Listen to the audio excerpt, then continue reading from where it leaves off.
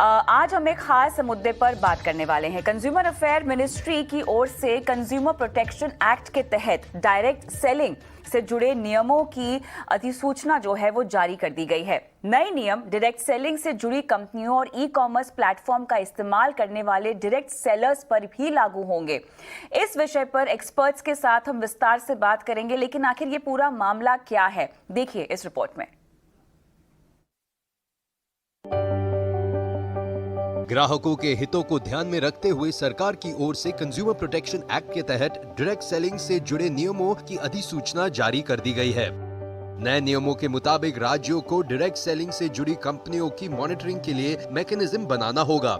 इसके साथ ही direct seller के प्रोडक्ट्स या सर्विस से अगर ग्राहक को शिकायत होती है तो जिम्मेदारी डायरेक्ट सेलिंग कंपनियों को भी लेनी होगी। ग्राहकों की समस्या के निपटारे के लिए ग्रीवेंस रिड्रेसल ऑफिसर की नियुक्ति की जाएगी। वही ग्राहकों को प्रोडक्ट या सर्विस की शिकायत ऑफलाइन और ऑनलाइन दोनों माध्यमों से करनी होगी। ग्राहक की शिकायत के बाद जिम्मेदार विभाग को 48 घंटे के भीतर कार्रवाई करनी होगी और 1 महीने के भीतर पूर्ण रूप से शिकायत का निपटारा करना होगा। वहीं अगर 1 महीने में भी शिकायत का निपटारा नहीं होता है तो ग्राहक को लिखित में इसकी शिकायत दर्ज करानी होगी। लगातार मिलती शिकायतों के बाद सरकार की ओर से इन नियमों का पालन करने के लिए 90 दिनों का समय दिया गया है। नए नियम डायरेक्ट सेलिंग से जुड़ी कंपनियों और ई कॉमर्स प्लेटफॉर्म का इस्तेमाल करने वाले डायरेक्ट सेलर्स पर भी लागू होंगे। ईटी नाउ स्वदेश। चलिए, तो यहाँ पर आपने ये पूरा मामला सुना, लेकिन इसको लेकर हमारे कई सारे सवाल हैं जिन पर हम विस्तार से इस पूरी पेशकश में बात करेंगे। मुख्य सवाल क्या है आपको बताते हैं। ग्राहकों के हितों को ध्यान में रखते हुए सरकार ने जो ये फैसला लिया है, इसके तहत डायरेक्ट सेलिंग से जुड़े नियमों की अधिसूचना जो जारी की गई है, क्या इनके जो नए नियम है इनकी इसके तहत जो ट्रैकिंग की जाएगी, क्या उसके इम्प्लीमेंटेशन पर किसी भी तरह की निगरानी यहाँ पर रखी जाएगी सरकार की तरफ से। इसके अलावा डायरेक्ट सेलिंग जो कंपनियां हैं, इनकी शिकायतों के निपटारे से इन कंपनियों के बिजनेस को आगे बढ़ाने में कितना प्रोत्साहन मिलेगा, और साथ ही जिस तरह से हम डायरेक्ट सेलिंग के व्यापार को बढ़ता हुआ देख रहे हैं, इसके साथ ही कई सारे धोखाधड़ी के मुद्दे भी इसको लेकर सामने आ रहे हैं, उनसे कैसे निपटा जाएगा। इन तमाम मुद्दों पर आज हम विस्तार से बात करेंगे और हमारे साथ खास मेहमान भी जुड़े हुए हैं। कंज्यूमर वॉइस के मैनेजिंग एडिटर श्रीराम खन्ना है और साथ ही बिजनेस काउंसलर और direct selling expert Sonu Sharma, ये दोनों हमारे साथ जुड़े हुए हैं। आप दोनों का ही स्वागत है। खन्ना साहब, आपके पास आऊंगी। सबसे पहले किस तरह से आप इस नए नियम को देखते हैं? कंज्यूमर अफेयर्स मिनिस्ट्री ने जो कंज्यूमर प्रोटेक्शन एक्ट के तहत जो अधिसूचना जारी की है, डायरेक्ट सेलिंग में जिस तरह की पारदर्शिता की जरूरत थी, क्या इस नियम के बाद, अधिसूचना के बाद आप आती हुई देखते हैं? देखिए, कई सालों से डायरेक्ट सेलिंग इंडस्ट्री के लोग सरकार से ये मांग करते रहे हैं कि उनको रिकॉग्नाइज करके उनके लिए कोई रूल्स बनाए जाएं जिससे कि उनका बिजनेस आम पब्लिक को लेजिटिमेट लगे। क्योंकि नॉर्मली डायरेक्ट सेलिंग किस तरह है कि भाई एक आदमी दूसरे को बेचता है, दूसरा तीसरे को बेचता है, और पर्सन टू पर्सन मार्केटिंग का वो चैनल बनता है। और ये जो शोरूम्स और होलसेलर और रिटेलर के चैनल के को अवॉइड करते हैं, तो ये इसमें पता नहीं लगता कि कौन आदमी किसके बिहाफ पे काम कर रहा है, और इसको शक की दृष्टि से भी देखा जाता है कुछ देशों में। तो इसलिए ये इंडस्ट्री मांग करती रही है कि डायरेक्ट सेलिंग इंडस्ट्री को रिकॉग्नाइज किया जाए और उसके काम को, जो इसका काम है, इसको प्रोत्साहित किया जाए। और वो ये चाहते थे कि इस तरह के रूल बने, और मैं सोचता हूँ कि जो लोग डायरेक्ट इंडस्ट्री में हैं, डायरेक्ट मार्केटर्स हैं, वो उनको इसका स्वागत करना चाहिए, और हम उपभोक्ताओं के बिहाफ पे इनका इस रूल्स का स्वागत करते हैं।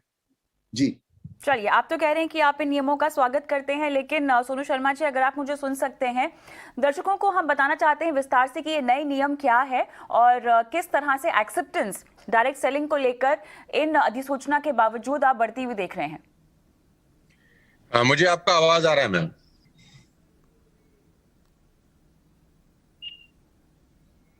Am I audible to all of you? जी, आपकी आवाज आ रही है हमें।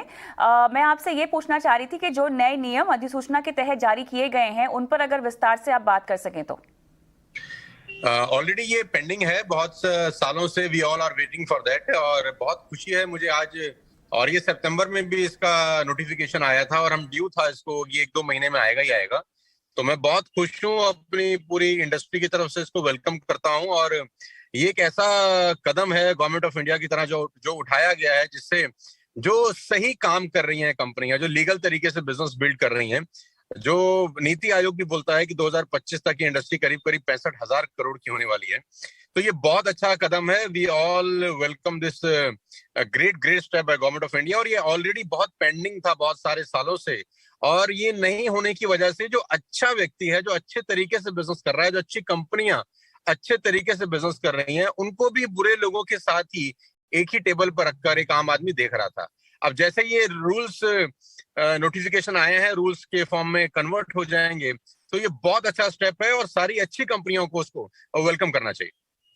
लेकिन ये नए नियम क्या है? मेरा सवाल दरअसल आपसे ये था। बहरहाल आप खन्ना साहब, आप अगर विस्तार से नए नियम समझा सकें ताकि दर्शकों को भी पता हो कि डायरेक्ट सेलिंग को लेकर जिस अधिसूचना की हम बात कर रहे हैं, इसमें राज्यों के लिए क्या आदेश दिए गए हैं?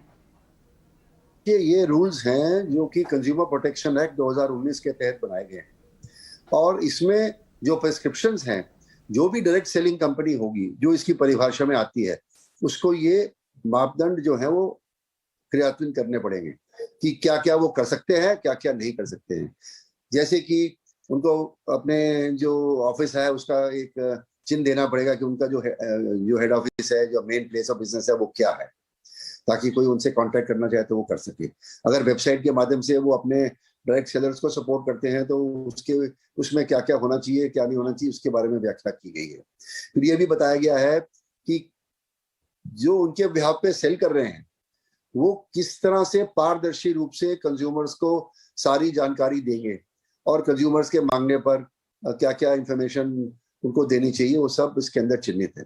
मोटी बात यह है कि इस इंडस्ट्री को ये कहा गया है कि आप पारदर्शी रूप से अपना काम करिए, और जो माल बेचते हैं उसके बारे में, माल के बारे में, उसकी गुणवत्ता के बारे में, उसके दाम के बारे में, उसके ब्रेकअप के बारे में, उसकी वारंटी के बारे में, उसकी गारंटीज के बारे में, वो सारी इंफॉर्मेशन कंज्यूमर को दें, जिसके बेसिस पर वो ये स्टडी कर सके और फिर वो खरीद सके।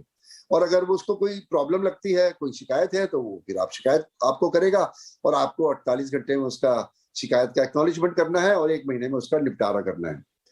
तो कहने का मतलब यह है कि डायरेक्ट सेलिंग इंडस्ट्री का जो कंज्यूमर है, उसको कंज्यूमर कोर्ट्स में जाने की जरूरत नहीं है। वो इनको शिकायत करे, अगर वो निपटारा करते हैं ठीक है, नहीं तो वो कंज्यूमर कोर्ट में जा सकता है, या वो स्टेट गवर्नमेंट की जो अथॉरिटी है जो इसको मॉनिटर करेगी उसको शिकायत भी कर सकता है, उसके ध्यान में ला सकता है कि ये कंपनी, फलानी कंपनी ये कर रही है। तो मोटे रूप से जो अनुचित व्यापार प्रथाएं कानून में गिनाई गई हैं, उन प्रथाओं को ना किया जाए, इसके लिए एक स्टेप है और हम इसका स्वागत करते हैं। तो खन्ना साहब, आलोचित व्यापार प्रथाएं, इसके जो मामले सामने आए हैं वो कौन कौन से थे जिसके चलते इस तरह की अधिसूचना या नियम जारी करने की जरूरत पड़ी? देखिए, अनफेयर ट्रेड प्रैक्टिसेस या अनुचित व्यापार प्रथाएं जो हैं वो कानून में परिभाषित हैं, कंज्यूमर प्रोटेक्शन एक्ट में, और वो हर बिजनेसमैन पे लागू होती है हिंदुस्तान में, और अब से नहीं, 1986 से लागू होती हैं, और उससे पहले 1984 में MRTP एक्ट में उसको डाला गया था सच्चर कमेटी के रिकमेंडेशंस के अनुरूप। तो अगर आप कोई कंपनी किसी ग्राहक को किसी भी रूप में गुमराह करती है, प्रोडक्ट की गुणवत्ता के बारे में, सर्विस की गुणवत्ता के बारे में, उसकी एफिशिएंसी के बारे में, उसकी लाइफ, उसकी अपना कितनी लाइफ है उसके बारे में, उसकी क्वालिटी के बारे में, उसके कैरेक्टरिस्टिक के बारे में कोई भी चीज गलत साबित होती है, कि आप कह रहे हो जी ये लाल रंग है और आपने भेज दिया नीला, तो वो भी भ्रामक माना जाएगा। हर तरह की भ्रम को ये अटैक करती है, और यदि कोई भ्रम को में डाल के कंज्यूमर को डायरेक्ट सेलर बेचता है, तो वो जो सेल है वो कंज्यूमर शिकायत करके अपने पैसे वापस कर सकता है, और अगर उसको बाल पसंद नहीं है तो उनको वापस भी लेना पड़ेगा। तो ये एक तरह का इस तरह के रेगुलेशंस हैं जिससे कि अगर ग्राहक खुश तो सब खुश, और ग्राहक शिकायत करेगा तो उसकी शिकायत की भरपाई इनको करनी पड़ेगी। तो हम इस रूल्स का स्वागत करते हैं, और ये इस इंडस्ट्री को और इसके B2C जो रिलेशनशिप्स हैं उनको अच्छा बनाएंगे, ऐसा मेरा मानना है। तो किस तरह की शिकायत के लिए किस तरह से भरपाई होगी, इस पर हम बाद में आते हैं। लेकिन सोनू शर्मा जी, आपसे मेरा सवाल यहाँ पर यह है कि कंपनियों कहा गया है कि वो एक मॉनिटरिंग मैकेनिज्म को कंपनी में स्थापित करे। ये किस तरह के मैकेनिज्म की बात हो रही है, किस तरह से इसको स्थापित किया जाएगा, इसकी ट्रैकिंग कैसे की जाएगी? कंपनी के लेवल पर अगर मैं समझना चाहूँ तो जिम्मेदारी इस अधिसूचना के बाद कितनी बढ़ गई है ताकि पारदर्शिता मेंटेन की जाए? ये बेसिकली मैं आपको बताना चाहता हूँ प्रॉब्लम है क्या। प्रॉब्लम ये है मैम कि जितने भी लोग डायरेक्ट सेलिंग के नाम पर मनी सर्कुलेशन चला रहे हैं, ये एक्ट बेसिकली उन पे लागू होता है। बहुत सारे लोग डायरेक्ट सेलिंग के नाम पर मनी सर्कुलेशन प्रोसेस चलाते हैं। ₹1 का जो प्रोडक्ट है उसका कॉस्ट, उसका MRP, उसका रेट इतना ज्यादा डिमांड किया जाता है लोगों से, और वही बीच का पैसा लोगों में रोटेट किया जाता है। प्रॉब्लम यहाँ से शुरू हुआ। दूसरा प्रॉब्लम सबसे बड़ा उसके अंदर ये है कि रिक्रूटमेंट बेस्ड जो इंसेंटिव दिए जाते हैं कंपनीज के द्वारा, उसको रोका जाए। रिक्रूटमेंट बेस्ड रीबाइंग का प्रोसेस बहुत सारी कंपनीज में नहीं है, सिर्फ रिक्रूटमेंट बेस्ड पैसा दिया जा रहा है, जो मनी सर्कुलेशन एक्ट के अंदर भी इलीगल है। तो अभी इस लॉ के क्या कहते हैं फ्लोर पे आ जाने से बहुत सारी कंपनियां जो सिर्फ और सिर्फ मनी सर्कुलेशन चला रही है नेटवर्क मार्केटिंग के नाम पर, उन सब पे शिकंजा कसा जाएगा और सही कंपनी जो काम कर रही हैं उनको बहुत अच्छा काम करने का मौका मिलेगा। अभी मैं इसमें एक बात और ऐड कर देना चाहता हूं कि जितनी भी कंपनीज पिछले 4 से 5 साल के अंदर रजिस्टर्ड हुई हैं, उसमें बहुत सारी कंपनी ऐसी हैं जो सिर्फ और सिर्फ मनी सर्कुलेशन कर रही हैं डायरेक्ट सेलिंग के नाम पर, और इसकी वजह से कस्टमर का बेहद नुकसान हो रहा है और एक कस्टमर को भ्रम की स्थिति बनी रहती है कि इतना पाक साफ बिजनेस, इतना शानदार बिजनेस को वो एक शक की नजर से देखने आता है, क्योंकि 10 अच्छी कंपनी रहती हैं और उसमें से एक बेईमान निकल जाती है तो बाकी सब लोग 9 को भी बेकार तरीके से देखना शुरू कर देते हैं। तो ये बहुत स्वागत योग्य एफर्ट है और इसका, जैसा कि सर बता रहे थे, कि इसका इंतजार बहुत बहुत सारे सालों से था और we are very thankful to the government of India कि ये फ्लोर पर आ गया है फंड। तो सोनू शर्मा जी, ये जो बिजनेस है ये कितना बड़ा है? और आपने यहाँ पे जिक्र किया पिरामिड और मनी सर्कुलेशन स्कीम्स का, जो कि डायरेक्ट सेलिंग कंपनीज कुछ चला भी रही थी। अब इस अधिसूचना के बाद इस तरह की चीज़ों पर, इन तरह के मामलों पर किस हद तक रोक लगेगी? इंडस्ट्री के विस्तार को लेकर ये कितना बड़ा कदम है? अभी फिलहाल अगर हम देखें तो मार्केट कैप के लिहाज से इन कंपनीज का कितना प्रपोर्शन है और कितनी ज़रूरत थी इस तरह की अधिसूचना की, ताकि ग्राहकों को यह समझ में आए कि उनकी हितों का ख्याल रखने के लिए कोई ना कोई है, एक बॉडी है जो जिम्मेदारी लेती है और आप अपनी शिकायत भी उन तक पहुंचा सकते हैं। मैम, सबसे पहले तो मैं आपके दर्शकों को और सब लोगों को ये बताना चाहता हूं कि पूरे हिंदुस्तान में डायरेक्ट सेलिंग जो अच्छी कंपनी है, जो सही कंपनीज कर रही हैं, एकमात्र ऐसा बिजनेस है जिसमें 100% वाइट की ट्रांजैक्शन होती हैं। आपको जान के बहुत हैरानी होगी और कस्टमर को मैं बताना चाहूंगा, जितने भी कंज्यूमर्स हैं, कि जो सही कंपनीज हैं उसमें कोई भी बिलिंग, कोई भी प्रोडक्ट अगर सेल किया जाता है तो उसके ऊपर प्रॉपर बिल कटता है। आप कैश ट्रांजैक्शन नहीं कर सकते हैं, नंबर 1। नंबर 2, उसके ऊपर GST एप्लीकेबल होता है जो गवर्नमेंट ऑफ इंडिया को कंपनीज डिपॉजिट करती हैं पर मंथ। नंबर 3, आपको जो भी कमीशन आता है वो TDS करके, टैक्स कट के ही आता है। ये एकमात्र ऐसा प्रोफेशन है पूरे हिंदुस्तान के अंदर जहां 100% ट्रांसपेरेंसी होती है और लीगल सिस्टम अपनाया जाता है।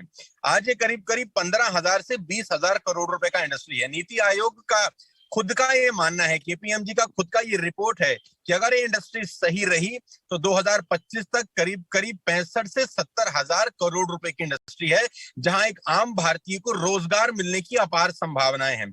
आज हिंदुस्तान में आपको पता है कोविड-19 के कारण बहुत सारे लोगों को नौकरी की समस्या है, अनएम्प्लॉयमेंट अपने चरम सीमा पर है। ये एकमात्र ऐसी इंडस्ट्री है जो लोगों को अनएम्प्लॉयमेंट से मुक्त, जो प्रॉब्लम फेस कर रहे हैं लोग बाग, उनको एम्प्लॉयमेंट प्रोवाइड करा सकती है बनस्पत। इस पे आज ये जो नोटिफिकेशन आया है, ये ठीक तरीके से अगर लागू हो जाए, क्योंकि ठीक तरीके से लागू होना बहुत जरूरी है। कानून तो हिंदुस्तान में बहुत सारे हैं, अगर वो इम्प्लीमेंट ठीक तरीके से हो जाए तो मैं आपको बता सकता हूं कि 2025 में ये एकमात्र ऐसा उद्योग है जो बहुत सारे लोगों को, हजारों लाखों नहीं करोड़ों लोगों को एम्प्लॉयमेंट प्रोवाइड करा सकता है। बिल्कुल सही कहा आपने। जहाँ तक एम्प्लॉयमेंटेबिलिटी की बात है तो लगभग 7 मिलियन से ज़्यादा लोग हैं जिनको रोजगार मिल रहा है इस इंडस्ट्री के जरिए। और उसमें भी खास बात यहाँ पर यह है, उल्लेखनीय बात यहाँ पर यह है कि 50% से ज़्यादा तो इसमें महिलाएं हैं। और जिन अधिसूचना नियमों की हम बात कर रहे हैं, और इन कंपनियों को लगभग 90 दिनों में जो है इनकी इम्प्लीमेंटेशन और इन नियमों को कंप्लाई भी करना होगा। तो खन्ना साहब, सवाल अब यहाँ पर ये उठता है कि हम डायरेक्ट सेलिंग की जब बात करते हैं तो बहुत सारे अंतर्राष्ट्रीय ब्रांड्स का नाम यहाँ पर आता है।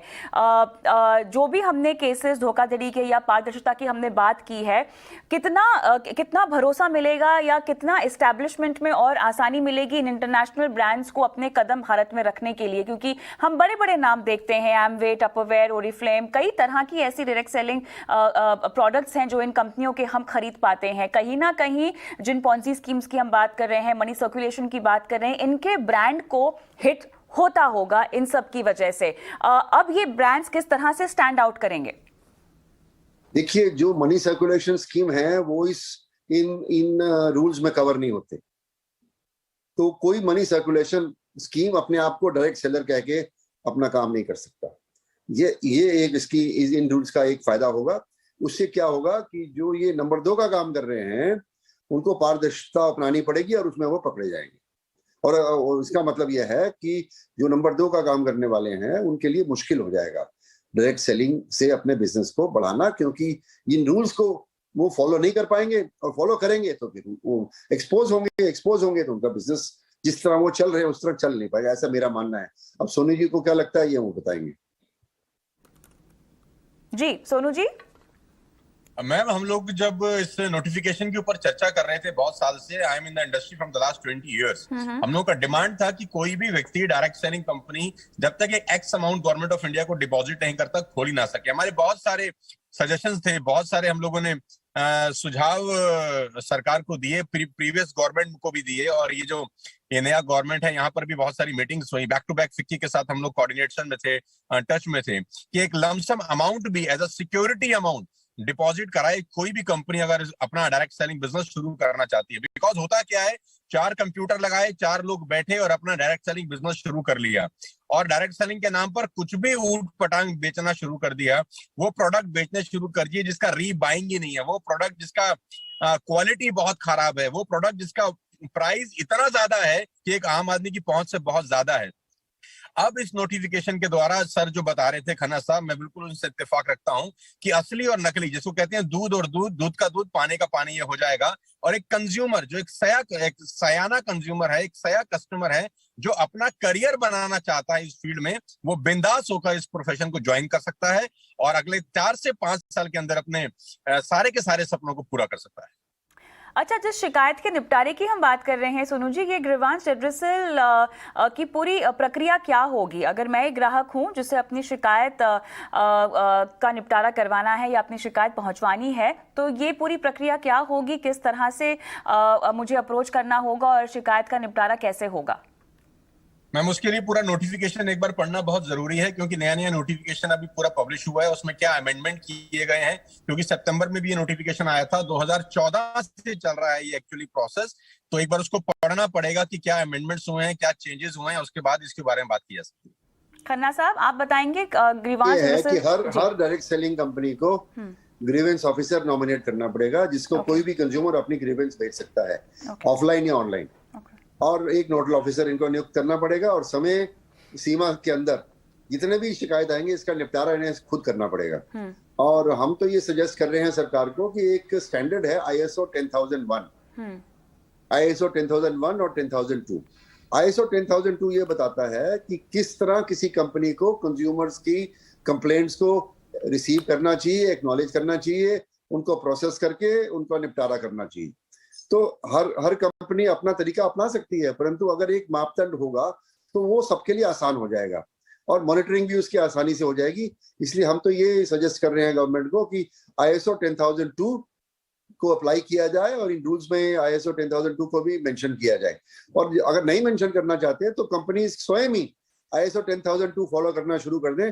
वो एक ग्लोबल स्टैंडर्ड है कंज्यूमर कंप्लेंट रिड्रेसल का, और उससे उनकी कंपनी की साख बढ़ेगी।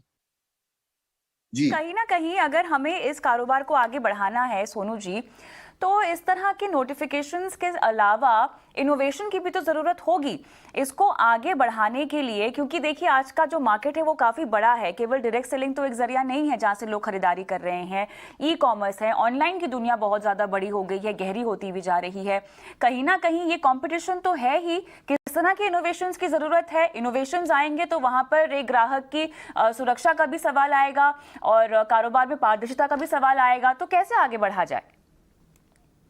पहले तो मैडम मैं आपको ये बता दूं कि जो डायरेक्ट सेलिंग के थ्रू प्रोडक्ट का खरीद फरोख्त होता है और सेल परचेज होता है, और जो दूसरा माध्यम है प्रोडक्ट को सेल और परचेज करने का, दोनों में जमीन और आसमान का फर्क है। पहली बात तो जितना भाई अच्छा डायरेक्ट सेलिंग कंपनी है, मैं नाम यहाँ पर नहीं लेना चाहूंगा, ABCDEF जो भी कंपनीज हैं, जो अच्छे तरीके से डायरेक्ट सेलिंग करती हैं और जिनमें रीबाइंग होती है। रीबाइंग का मेरा मतलब बड़ा सीधा सा है कि एक ही प्रोडक्ट को बार बार बेचा जाता है और खरीदा जाता है। एक ही कस्टमर एक ही प्रोडक्ट को बार बार बाय करता है। तो इनोवेशन इसलिए भी बढ़ जाता है क्योंकि कंपनी तभी ही बड़ी होती है जब एक ही कस्टमर उसी प्रोडक्ट को बार बार खरीदता है, और बार बार तभी खरीदेगा जब उसका क्वालिटी, उसका वैल्यू और उसका प्राइस उसको माफिक लगेगा बाजार के मुताबिक। तो ये बहुत ज्यादा जरूरी है किसी भी कंपनी के लिए कि वो इनोवेटिव रहेगी अपने प्रोडक्ट्स की क्वालिटी में, क्योंकि उसका प्रोडक्ट अगर बार बार बिकेगा नहीं तो कंपनी का टर्नओवर बढ़ेगा नहीं। क्योंकि यहाँ पर असली और नकली का भेद मालूम चलेगा, क्योंकि जो नकली कंपनी रहती है वो रिक्रूटमेंट पे पैसा देती है। आपने किसी एक व्यक्ति को रिक्रूट किया and you will earn 10,000 rupees और 5,000 रुपीज, उसके बाद वो बाइंग करे कि ना करे किसी को कोई मतलब नहीं रहता। लेकिन जो जेन्युइन डायरेक्ट सेलिंग कंपनी है वो रिक्रूटमेंट पे पैसा नहीं होता, वो रीबाइंग का जो स्ट्रक्चर है वो बहुत इंपॉर्टेंट है। इसीलिए मैं अपने प्रोग्राम्स में भी बोलता हूं कि ये कल्टीवेशन का बिजनेस है, हंटिंग का नहीं है। जो नकली कंपनी है वो हंटिंग करती है बेसिकली। तो इनोवेशन करना पड़ेगा सारी कंपनियों को अपनी प्रोडक्ट की क्वालिटी बढ़ाने के लिए। प्राइसिंग एक बहुत बड़ा इंपॉर्टेंट रोल प्ले करता है, क्योंकि ई कॉमर्स के ऊपर आपको पता है कि टफ कंपटीशन है। तो सारी कंपनीज को अपने प्राइस के ऊपर बहुत काम करना पड़ेगा। क्वालिटी नो डाउट वैसी रखनी पड़ेगी कि एक ही कस्टमर वही प्रोडक्ट को बार बार बाय करे। अच्छा, रिक्रूटमेंट के मामले पर थोड़ा सा बात करना चाहती हूँ मैं। खन्ना साहब, अगर आप प्रकाश डाल सके, क्वालिटी ऑफ रिक्रूटमेंट यहाँ पर काफी हद तक मायने रखती है। किस तरह के स्किल सेट और एक्सपर्टीज पर तवज्जो देना चाहिए आपके मुताबिक? देखिए, हमारे जो इकोनॉमिक डेटा आ रहे हैं उसमें यह बताया जा रहा है कि जो यंगर एलिमेंट है, जो ग्रेजुएट हैं, जो 12वीं पास हैं, जो पढ़ लिख के बैठे हैं, उनको नौकरी नहीं मिल रही है। और लाखों लोग हैं हर स्टेट में।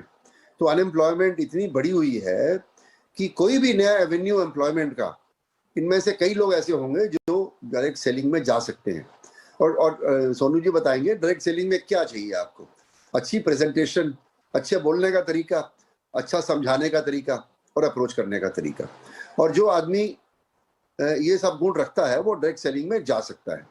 और आजकल तो ये है कि आजकल ई कॉमर्स वालों ने तो आर्मी यंग लोगों की रिक्रूट करी हुई है, जो मोटरसाइकिल स्कूटर पे अपना बस्ता पीछे उठा के और माल डिलीवर कर रहे हैं।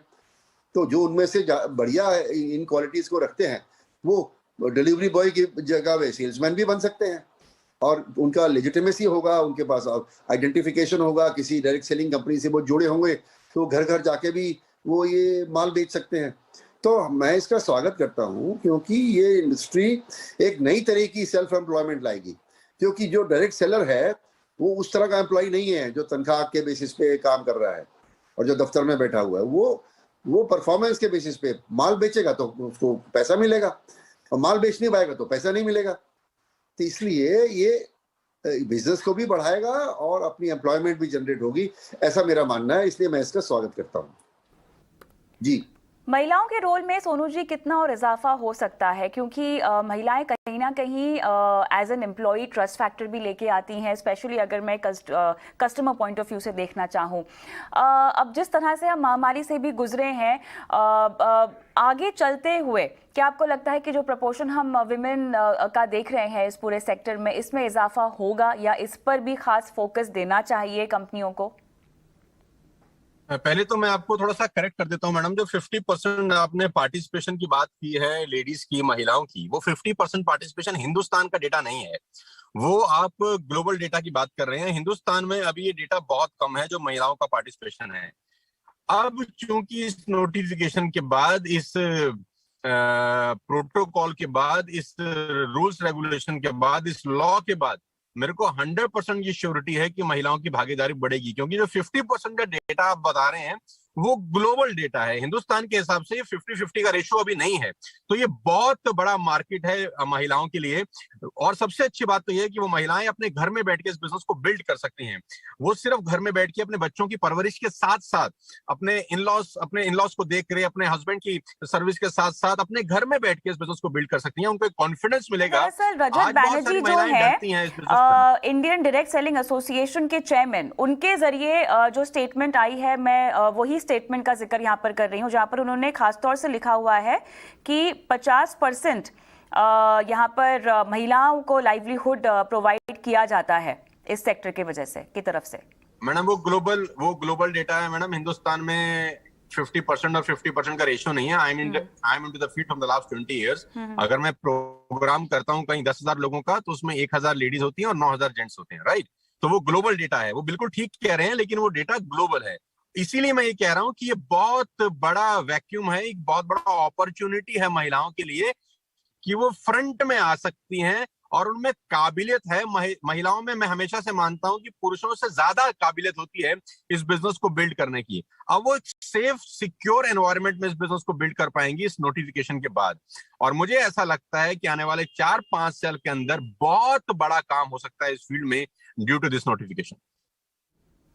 चलिए, तो मेरे ख्याल से यहाँ पर एक बार फिर से ग्राहकों की सुध आई है, जिसके चलते हमने ये अधिसूचना और ये नियम जारी होते हुए देखा है। एक बार फिर से डायरेक्ट सेलिंग जो एक सेक्टर है, लगातार सवालों के सर्कल में घिरा रहता है इन टर्म्स ऑफ पारदर्शिता, और जिस भी तरह कि यहाँ पर मनी मेकिंग प्रैक्टिसेस हमने होती हुई देखी हैं पिछले दिनों, इसको लेकर कवायद एक बार फिर से शुरू होती हुई दिखाई दे रही है। उम्मीद करते हैं कि ये सेक्टर आगे बढ़ते हुए कॉम्पिटिशन को फेस करने में कामयाब रहे। बहुत बहुत शुक्रिया आप दोनों का इस खास पेशकश में शामिल होने के लिए।